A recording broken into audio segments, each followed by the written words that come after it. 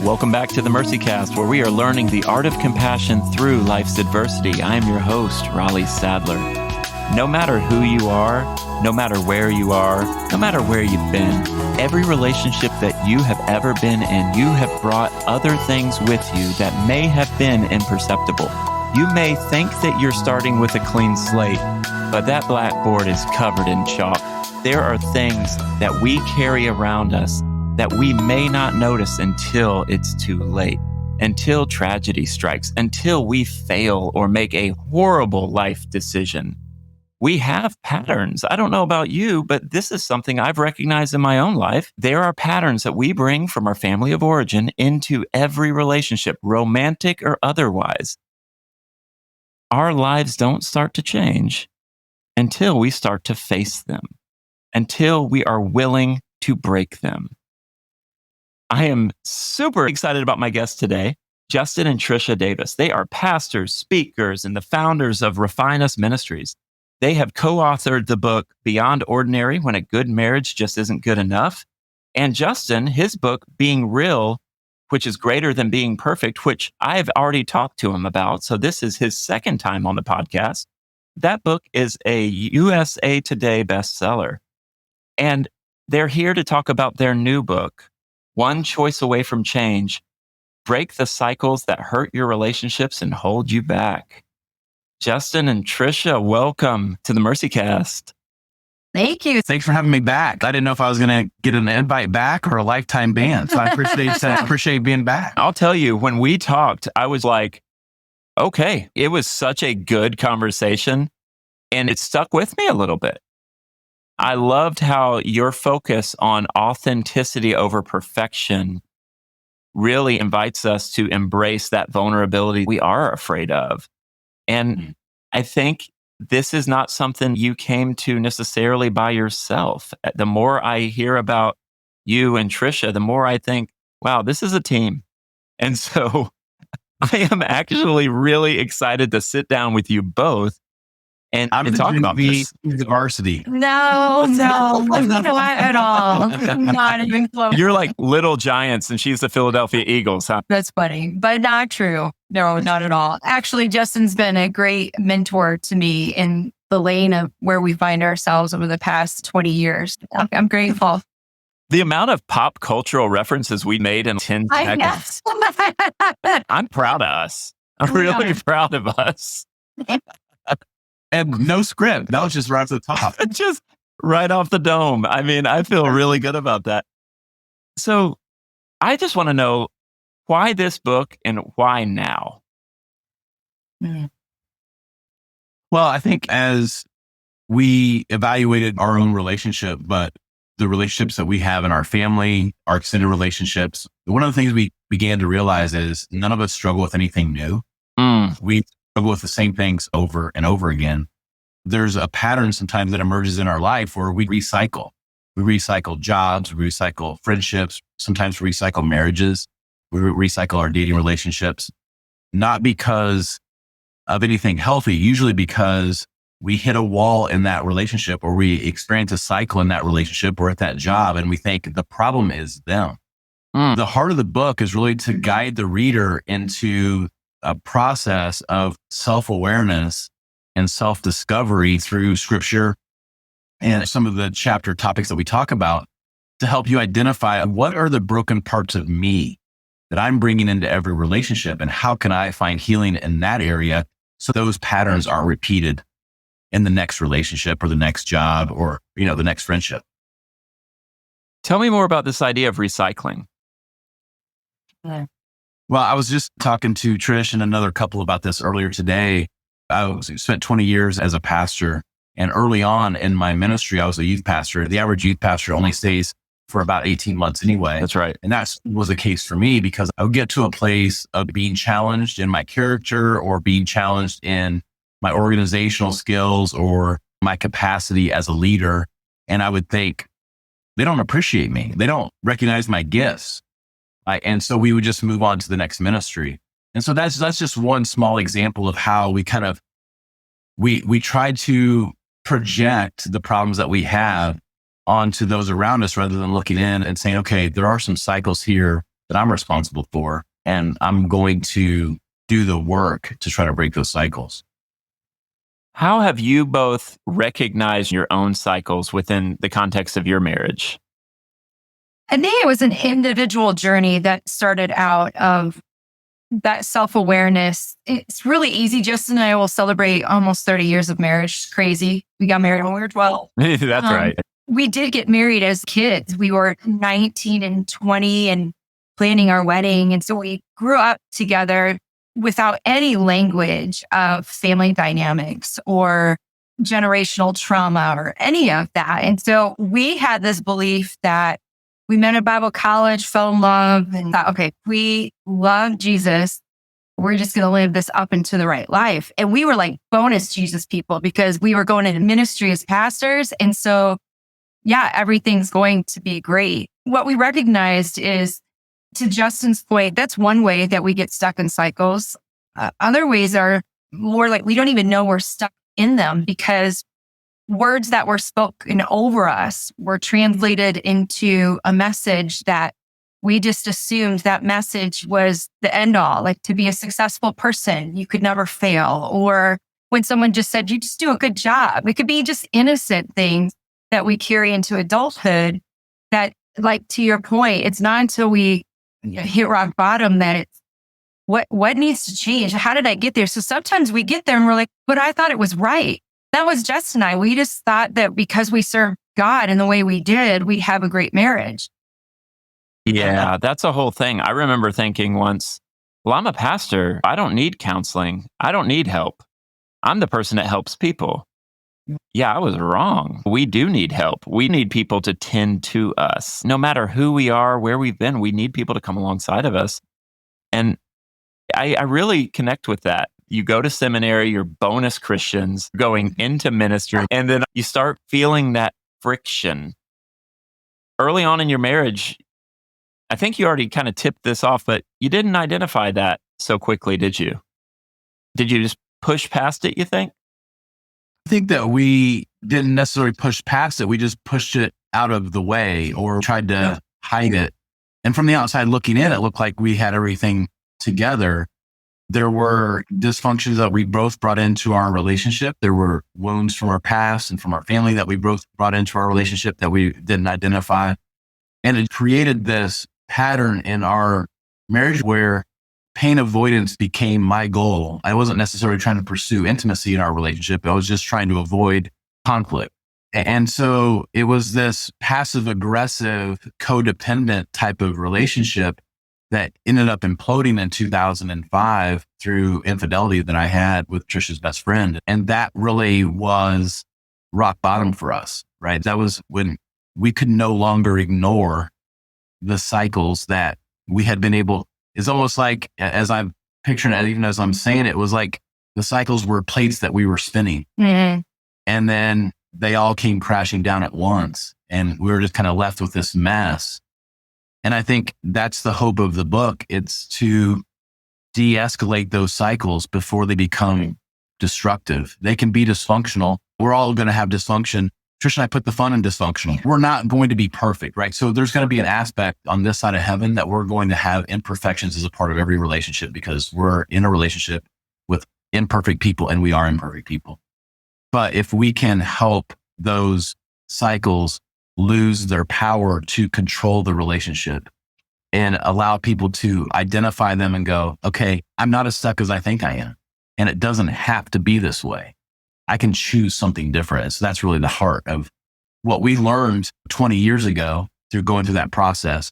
And then what we've had to relearn in different areas of our relationships. It's an ever evolving thing that you never really graduate from. Hopefully this book is a guide to help people avoid some of the mistakes that we made.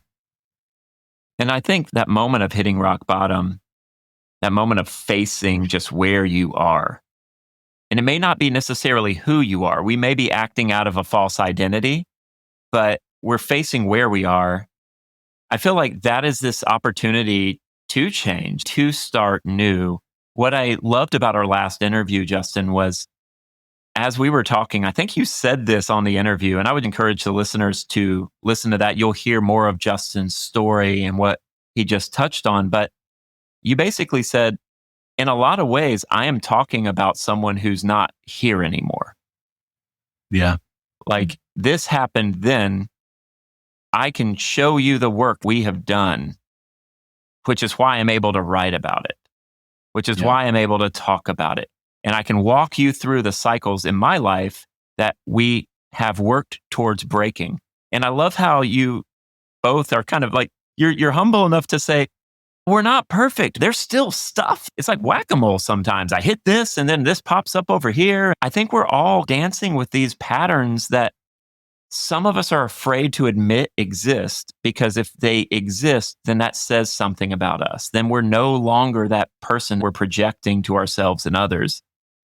What are some of those patterns that manifest in relationships?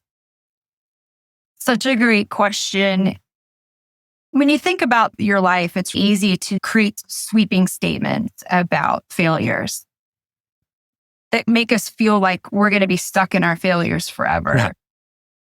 My hope and goal through this book is to reframe how we think of those cycles. When I hit rock bottom, that was a moment in my life that when you strip all the things that we put in between our relationship with God, whether it's our identity with our relationships, our identity in what we do, rock bottom becomes solid surface to stand.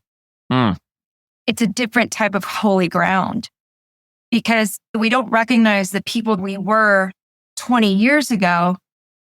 It's because we have spent the past 20 years walking in freedom. That's right. Of realizing you can still be an utter failure and be completely loved by God. In fact, failure is the breeding ground of growth. Yeah. So instead of living this up into the right life, it's realizing and recognizing, why do I struggle with blame?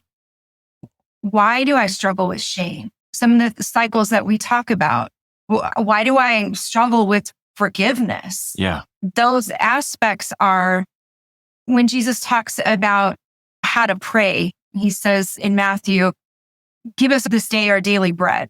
And we're like, we totally get that. Yeah. And then he says, forgive us our debts as we forgive our debtors. The theology I learned was forgive and forget, or forgive. And now that you've forgiven, if you've really forgiven, you have to trust them now, and you have to be friends with them. You have to be the hands and feet of Jesus with them. When you start to find freedom to say, hey, we are not like ousting ourselves. We're excavating.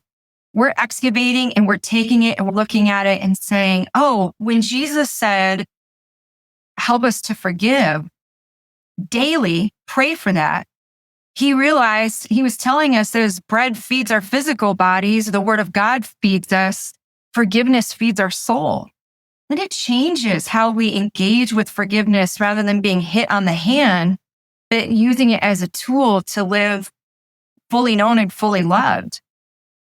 You talk about this idea of excavating and being curious, exploring what is in there. And it sounds like there is a connection to forgiveness. How do we let go of our past mistakes that hurt us, hurt other people? How do we let go of the things that other people have done against us so that we can move forward in freedom? That's such a good question. And it's one of the cycles that I struggled with the most. It was the cycle of blame. I wrote about it in the book and as an entire chapter, because as I began to do some deep heart work around the affair in 2005, what I began to realize is there was a ton of wounds that didn't cause the affair, but contributed to the broken parts of my heart that I didn't know were there. And so I came to this crossroads where I had to learn to recognize that I was a victim of sexual abuse. I was a victim of physical and verbal abuse from my dad. That those are things were real, but I can't live in victimization. That's right. I think so often what happens is we look to some of the things that are so readily visible: anger, losing our temper, financial problems, lack of patience. Those are the things that we see as cycles in relationships. But what we wanted to do was say, okay, that may be a cycle, but why? Why is that a cycle? The whole chapter on blame is really recognizing that you are a victim. Something has happened to you. If you're a human, maybe it was a boss, a coach, a teacher, a parent, there was some type of wound that you experienced. But to live out of that wound only prevents you from having the healthiest of relationships. And so that first comes as we recognize, hey, this is what I need to own. This is what I'm bringing into a relationship that is broken. Once I own that, then that is the starting line for transformation. You're able to be culpable at that point. You're able to say, I'm responsible to steward what I bring to the party. Yeah. And my dad isn't alive anymore. So there's nothing he can do to make up for the verbal and physical abuse that I experienced. He can't apologize. He can't take it away. There's no physical healing that can take place. So then it's up to me to go, okay, if he can't do anything, then what can I do so that I don't transfer the emotions that causes me into my relationships that causes them to be dysfunctional? Do you all think that you've ever been in that place where things are going good, maybe too good, and then you find yourself sabotaging it? I feel like a lot of the conversations I have with people, this self-sabotage of relationships seems to come up a lot. Like, what do you guys think about that? Yeah, I do think we've had that conversation in the past. I was telling somebody earlier today, my family moved 18 times when I was growing up, from the time I was in kindergarten until I was 18 years old, all in the same town. We just didn't have a lot of money. So my parents would get evicted from apartments or houses that we lived in. And so when we first got married, anytime there was trouble, I would want to move. Let's start over. Let's just go to a different town. Let's go to a different ministry. And I think there's an aspect of that was a self-sabotaging aspect of our relationship where Trisha values stability.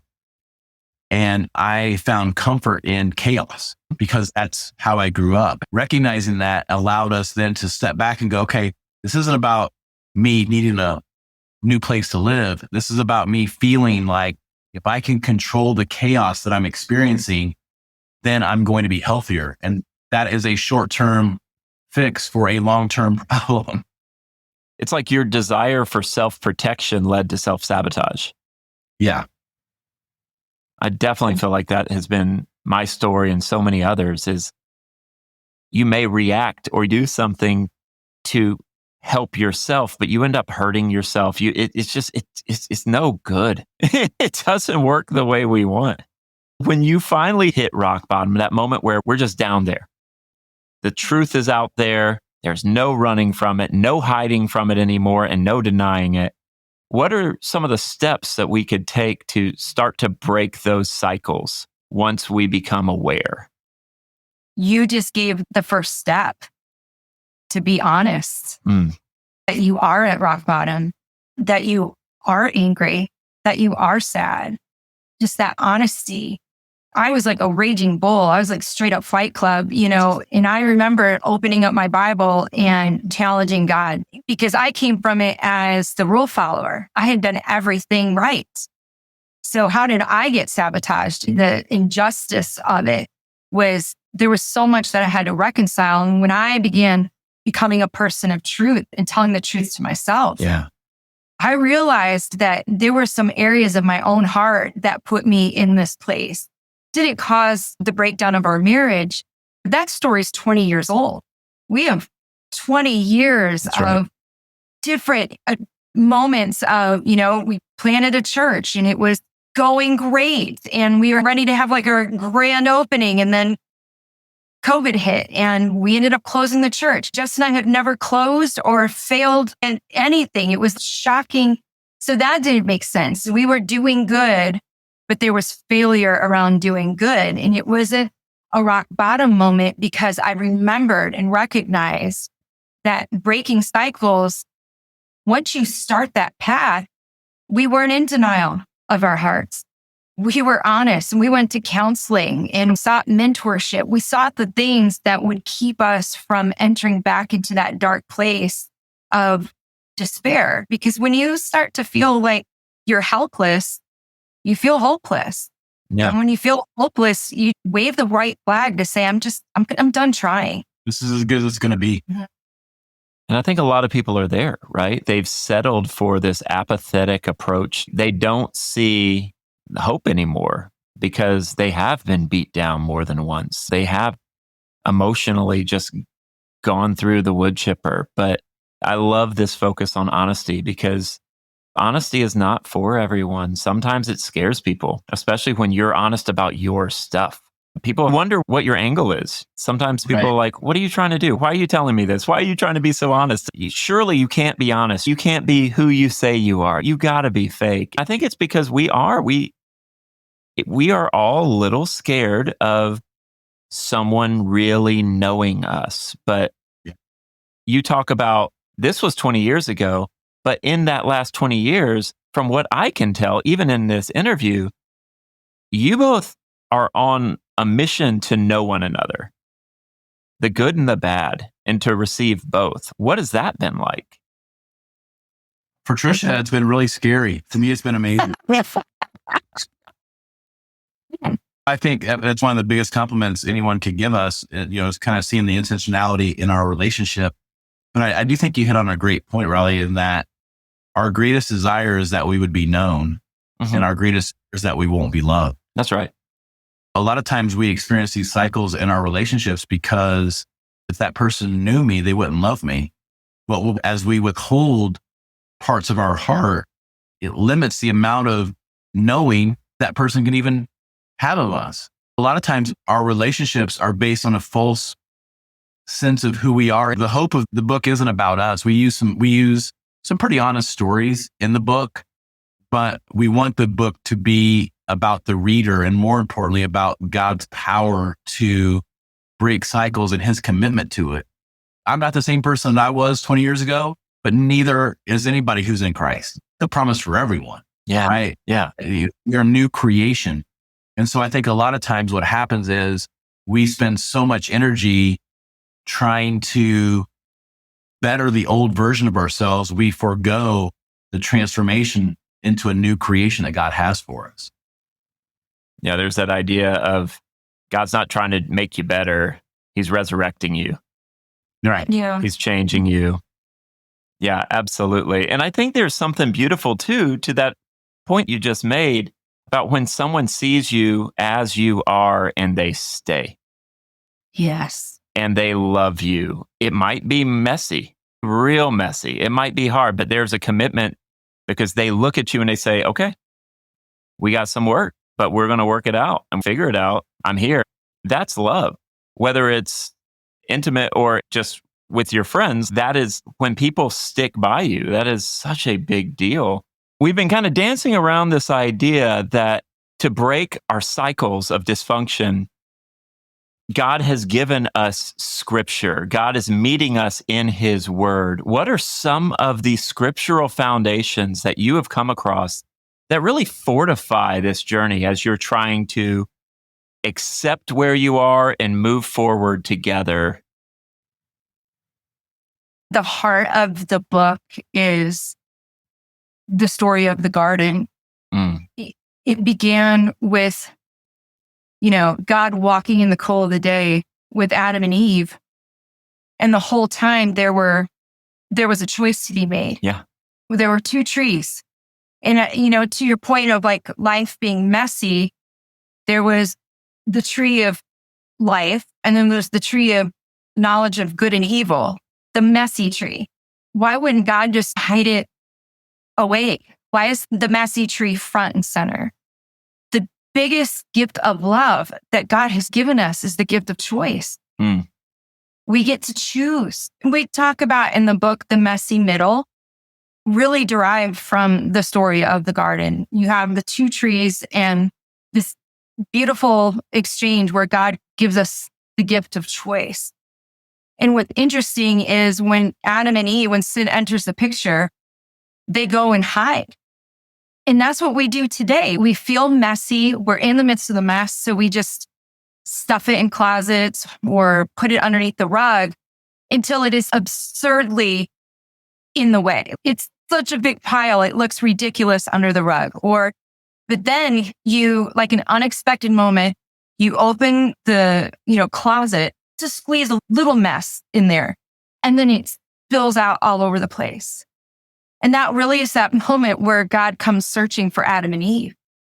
And he says, why are you hiding? And this narrative is so important because it's the story of Jesus. The one choice that he made on the cross changed everything. And so for many of us, we just feel such guilt and shame, and we feel little and unimportant because of all of the messes in our lives. And my prayer is to make the mess an invitation to be able to run it out and go, okay, God, what is mine to own in this? And what do I need to give over to you? And so then we don't live in the mess, and the mess doesn't get to be in the way. We get to boss it around. We get to tell it to go, here, I can't get rid of you, but I surely can place you in a way that is redemptive and brings life to me.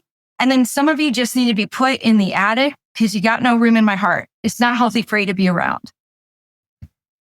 You bring up this idea of an invitation.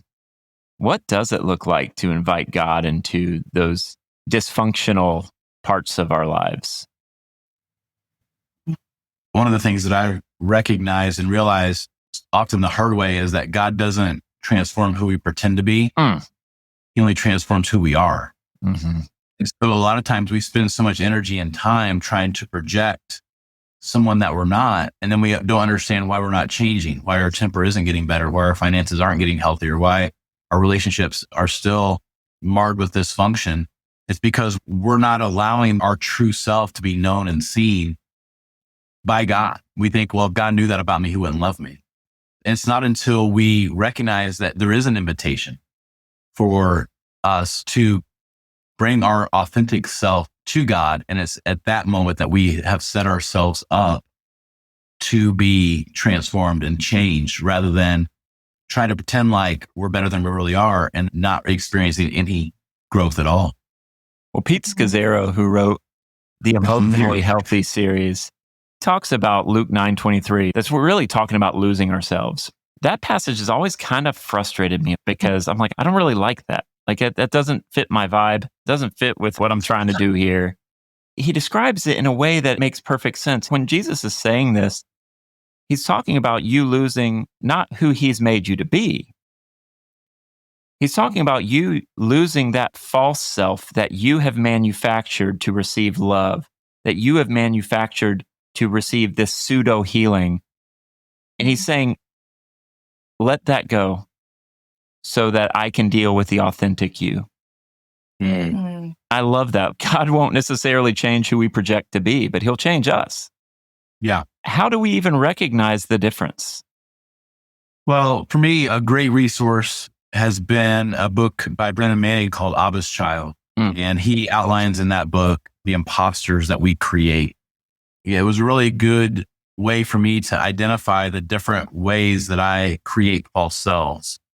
And then he walks through how to die to those false selves. That's been a really good resource. And I think that recognition and humility to admit I'm not the same person on Sunday morning that I am on Saturday night or on Tuesday morning in my staff meeting.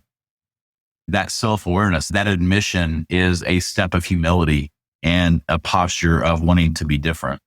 And it's twofold because to your point, Raleigh, there's the I'm creating in myself, but then there's the other half of it of people's expectation. Yeah. Because someone who decides to get healthy, it does one or two things and not anything else to the people around them.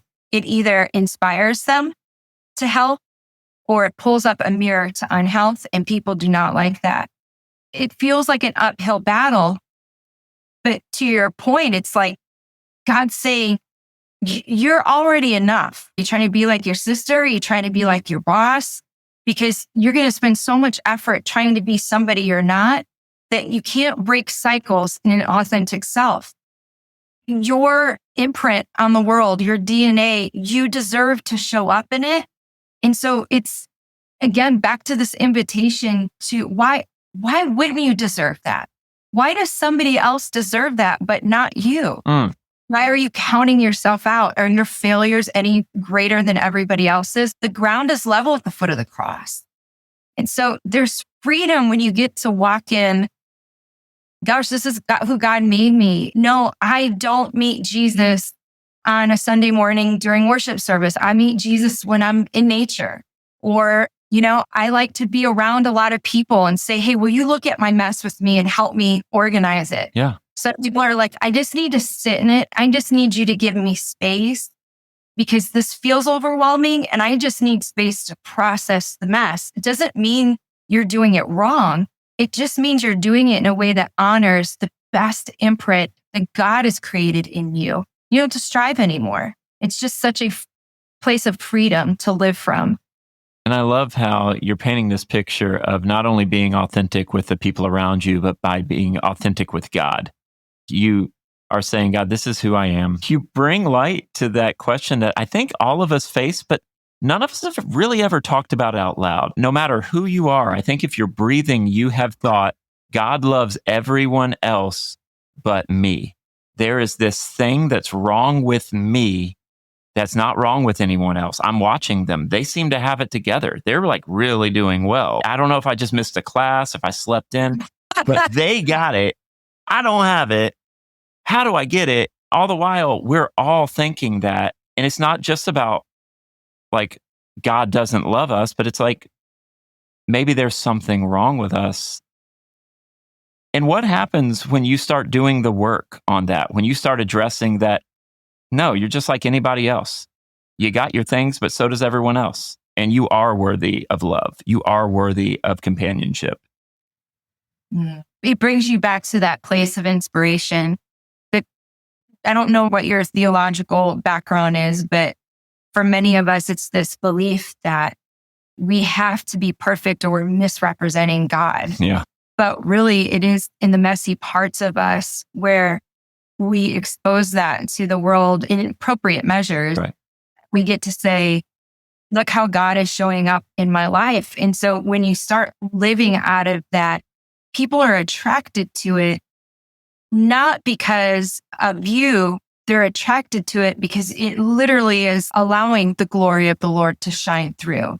It becomes so natural. Yeah. People say to us all the time, wow, y'all are really authentic. And I'm not really sure how to take it. Sometimes it's like, you're overwhelming me, lady, so hold back.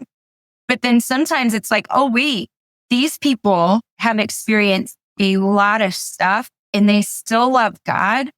And then they share about how messy it is. But if you're trying to share out of the messiness that you don't even know how to share it, we don't have to put that pressure on ourselves. Evangelism isn't about having the bow. Evangelism is saying, I'm just trying to find God in the mess right now. Honestly, I don't have an answer for why this happened or why I'm struggling, but I am trusting God with my story and it's still unfolding. How would you encourage the people who are just starting to recognize their patterns and the people who are knee deep in it and feel overwhelmed? Well, first, I would say to your point about God loving you, I would also add, not only does God love you, he also likes you. And I think that's one of the things that we feel like, okay, even if he does love me, because, okay, there's unconditional love, he doesn't like me. And I think that then feeds into this idea of, if you feel overwhelmed and you feel like you're underwater, you don't have to have everything figured out. You just have to take one step. And I think that's what we hope the book does. We hope that it breaks that decision fatigue where we feel overwhelmed. What if we make the wrong choice? What if we don't choose this and then God's disappointed in us? Well, you don't have to figure everything out. If you take one step that's different today, that is one step toward change. And so that's the hope that we want to leave the reader with is you're not where you want to be, but you're not where you used to be. And if you can lean into that, then God, he transforms. That's what he does best. Absolutely. And so you're ultimately trusting him to do what he does. Wow. Thank you so much. This has been a good conversation. And I think one that all of us, no matter where we are in life, can really glean from, because you just have to be human for a couple of minutes to realize something's not right. We're not perfect. So yes, thank you for doing the work and helping us navigate our journeys.